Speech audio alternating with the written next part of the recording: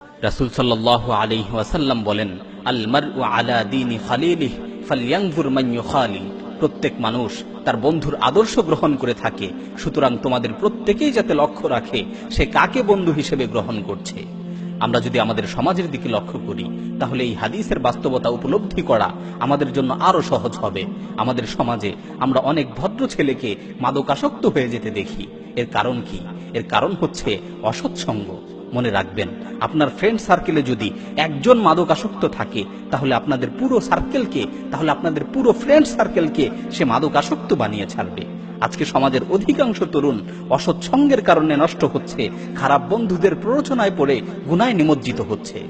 একজন ভালো বন্ধু আপনার জীবনকে আলোকিত করে দিতে পারে, আর একজন খারাপ বন্ধু আপনার জীবনকে অন্ধকারচ্ছন্ন করে দিতে পারে। কারণ ভালো বন্ধু আপনাকে ভালো কাজের উপদেশ দিবে, আপনাকে আল্লাহর দিকে আহ্বান করবে, আপনাকে হারাম কাজ থেকে বিরত থাকতে বলবে।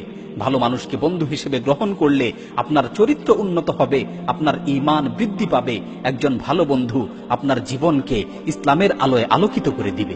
আর খারাপ বন্ধু সে আপনাকে গুনার দিকে ধাবিত করবে, মাদক, নাচ, গান, অশ্লীলতা ও জেনাভে বিচারের মতো নিকৃষ্ট কাজের প্রতি আপনাকে উদ্বুদ্ধ করবে। খারাপ মানুষকে বন্ধু হিসেবে গ্রহণ করলে সে আপনার চরিত্রকে নষ্ট করবে। একজন খারাপ বন্ধু আপনার জীবনকে অন্ধকারচ্ছন্ন করে দিবে।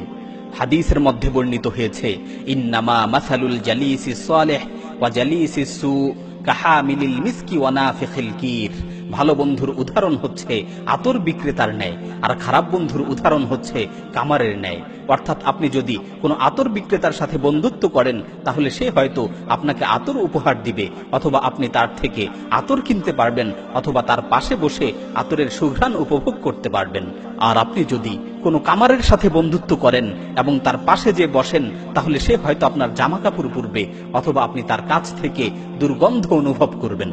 এই হাদিসের অর্থ হলো, একজন ভালো বন্ধুর মাধ্যমে আপনি সব সময় উপকৃত হবেন, আর একজন খারাপ বন্ধুর মাধ্যমে আপনি সব সময় ক্ষতিগ্রস্ত হবেন। সুতরাং ভালো করে ভেবে দেখুন আপনি কাকে বন্ধু হিসেবে গ্রহণ করছেন।